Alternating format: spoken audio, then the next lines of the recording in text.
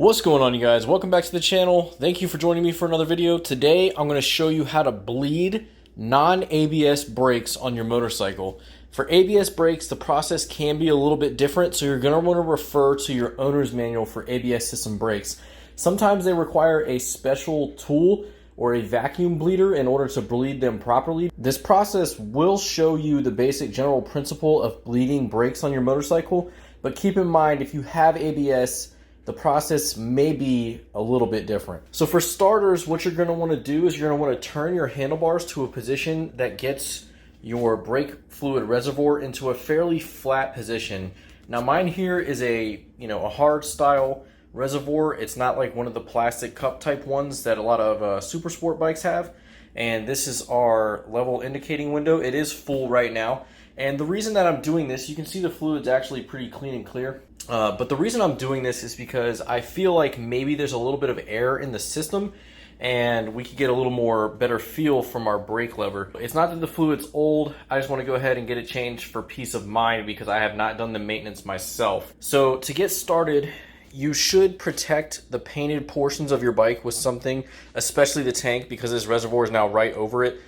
Brake fluid can be very caustic and will ruin paint relatively quickly. I do plan on washing my motorcycle after this as well, and I'll do that pretty much immediately. But go ahead, drape a blanket over your tank, protect those surfaces, that way you don't have any issues. So once you have your bars level, so that way the fluid in your reservoir here is sitting fairly flat. If I had these turned to the other direction, the fluid could be sloshed to one side and might even pour out when I take the cap off. But that's the next step.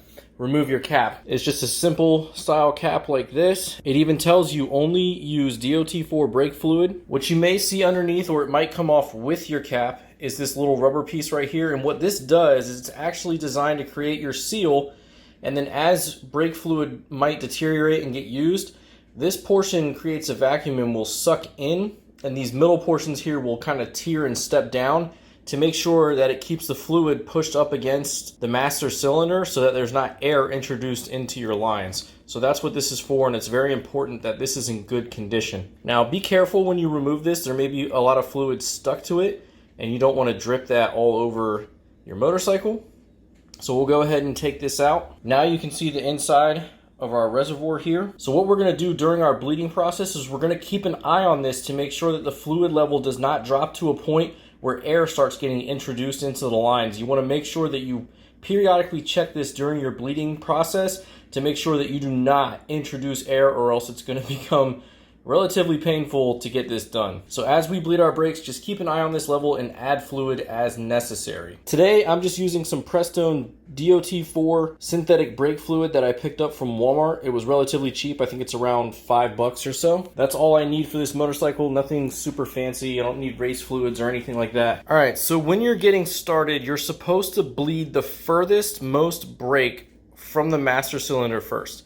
So if I look at my lines here, now you might have a singular line, or in my case I have both. This right here is going to be our furthest away line.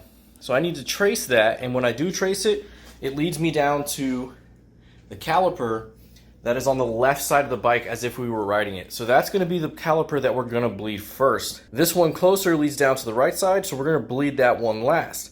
Now sometimes your master cylinder may have a bleeder port up here as well. That's going to be the very last one you do if you do happen to have a bleeder up here. In this case, we do not. So we're going to bleed the left side caliper first, and then we're going to bleed the right side. All right, so down here at the caliper, I just want to show you this tool that I picked up at AutoZone. The last time I bled brakes on a bike was my Ninja 300, and I went to AutoZone and I picked this little thing up right here. It's made by OEM Tools. Most of your AutoZones probably carry them, but it's pretty nice to have. They are pretty brittle in these plastic areas. You can see I've used some silicone to kind of fix some cracks in mine, so be careful with it. But it's got a magnet on this one side here that slips onto the cap, and you can just magnetize this to your brake rotor here, and it holds it in place. And then it's got a line that leads off of it here, and that is connected to the bleeder port on our caliper. So when we crack this open, fluid will begin to come out of here. Okay, so at this point, we're ready to go ahead and start bleeding our brakes. I have a 10mm wrench. That's what fits on the hex for my bleeder port right here. And what you're going to do is you're going to squeeze the lever all the way down until you have positive pressure on it. I like to pump mine a couple times before I give it the final squeeze. and you're gonna hold that pressure. Do not let go of the brake lever at all, especially while this port is open. Also, be sure to be very careful when you're pumping your brake lever, because you can see right here, even just this little bit of pressure causes this spout to kind of happen, and the harder you do this, the larger the spout is going to get, and you don't want to splash that brake fluid up and out of this reservoir. You could go ahead and lay like another little towel or a paper towel over this as well to help out, but if you're nice and gentle when you're doing your squeezes and then you hold, you'll be absolutely fine. So once you're holding down the brake lever, you're going to crack the bleeder port open, and you're going to see fluid come out. Before you let go of your brake lever, it's very important that you close this bleeder port back off completely. Then you're safe to go ahead and let go of your brake lever at that point. Now, when you crack this bleeder port open, you're going to feel your brake lever come in, and it's going to go up against your throttle tube, basically. It should bottom out. That's perfectly normal. That's just the pressure and the fluid leaving this caliper. Now, it looked relatively well when I opened this up. I saw 1 or 2 small air bubbles, but we're gonna go ahead and we're gonna bleed this a couple of times, repeating the process that we just did. You're gonna pump your lever, hold it down, crack your bleeder port, let the fluid come out. Once the lever has bottomed out, close this off, and then you're safe to let go of your lever. Now, once you've done this a couple of times, the level in your reservoir is going to start to get low, and you need to start replacing the fluid that's in there. All right, so I'm going to go ahead and I'm going to pump my brake lever again, crack the bleeder port open. You can see the fluid move out. I'm going to close that back off. It is then safe to let go of my lever again, pump it up once more, crack the bleeder port open, fluid leaves, close it, let go of the lever, and you're just going to repeat this over and over again. So you may have noticed that the fluid in this line is actually already starting to come out a lot clean and clearer. That's because all the clean fluid that has been in our lines, not seeing the heat cycles of being used by the brake calipers, is starting to come through. But we're going to continue to bleed this until we feel like we have flushed the system and this is all coming out clean and clear with new brake fluid. And as you guys can see, the fluid level in here has dropped pretty significantly from when we've started. So I'm going to go ahead and I'm going to add fluid probably up to about this line, and I'm going to continue bleeding that fluid through our caliper until the fluid also in this reservoir looks nice and clean. All right, so I've gone ahead and I've done the bleeding process on this caliper about 14 or 15 times now. The fluid coming out of here looks really clean and clear. It looks like the fresh fluid that I've been putting in the reservoir. I only had to fill the reservoir about 1 time during this process. This is how much fluid we've had come out into our little bottle here. So we'll go ahead and we will switch sides and do the other caliper. Keep an eye on this bottle too, because you don't want this to get too full and start overflowing or causing any kind of back pressure issues as well. So I'm gonna go ahead, I'll switch over to the other side, bleed it. It's the same exact process. Just keep an eye on your reservoir to make sure the fluid level doesn't get too low. Crack your bleeder port open while you're holding the brake lever. Close it while you're still holding the brake lever. And repeat the process about 14, 15 times, however many times you feel is necessary and you're satisfied with the fluid that's coming out of your calipers. All right, so I have finished the bleeding process over here. Our bleeder screw is closed. The fluid looks nice and clear that's coming out of it. I'll remove that here in a second. Up here at our reservoir, I've gone ahead and I filled us up basically to the inner line right here. That should be our full mark. There is a lower mark on the front right here, which just shows you through the sight glass if you've hit this line that you should replace some brake fluid. Some of your reservoirs will have a full line, mine does not. Some of them actually have it built in on the inside of the casing here. I know my Ninja 300 did. But if you look at the fluid here, it looks a lot cleaner than what was even in there. I know that fluid didn't look very old, but it's always nice to go ahead and have fresh fluids and just a nice fresh brake system. So at this point, we're going to want to take our rubber seal here, and you're going to want to make sure that it's in this closed flat position, that none of these little rubber pieces on the inside here, these edges, make sure they're not stuck outwards. They're not supposed to be outwards from the get-go. They're supposed to be nice and flush and sunk in when you're putting this back on.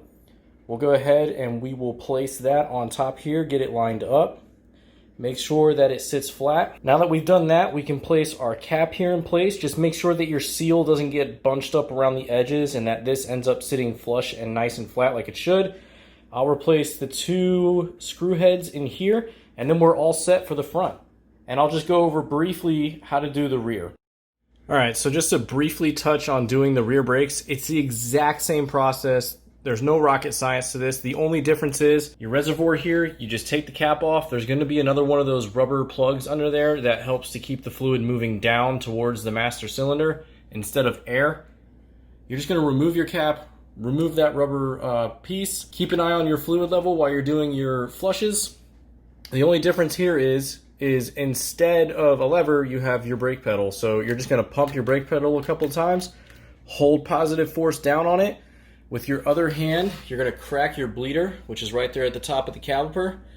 At that point, your pedal is going to move down and bottom out in the master cylinder. You're going to hold the pedal down and then close your bleeder port. At that point, you're safe to let go of your pedal, and then you're going to give it a couple of pumps again, hold down, open the bleeder port, and just keep repeating this process until you feel like you've flushed the entire system with new fluid and there's no air coming out of the lines. Then just make sure you fill your level up to the proper level, put your cap back on, and you're good to go. Go out for a test ride, make sure the bike feels right, and that's it. All right, so one thing just to note before we get out of here, guys, make sure that your old brake fluid here, just dump that in a safe container. I'm just dumping it into my oil container that I use for my oil changes, and we're gonna dispose of that properly. Make sure you're taking care of the environment during this process. I hope this video was plenty of help to you guys. If you're unsure about doing maintenance, I just like to try to help you guys out and show you that it's not so bad. It's pretty easy and save yourself a little money. So if you're not subscribed to the channel, please subscribe to the channel if you would. Stay tuned for more content. We've got plenty of videos coming out. Leave a like, leave me a comment, and as always, I'll see you guys in the next video.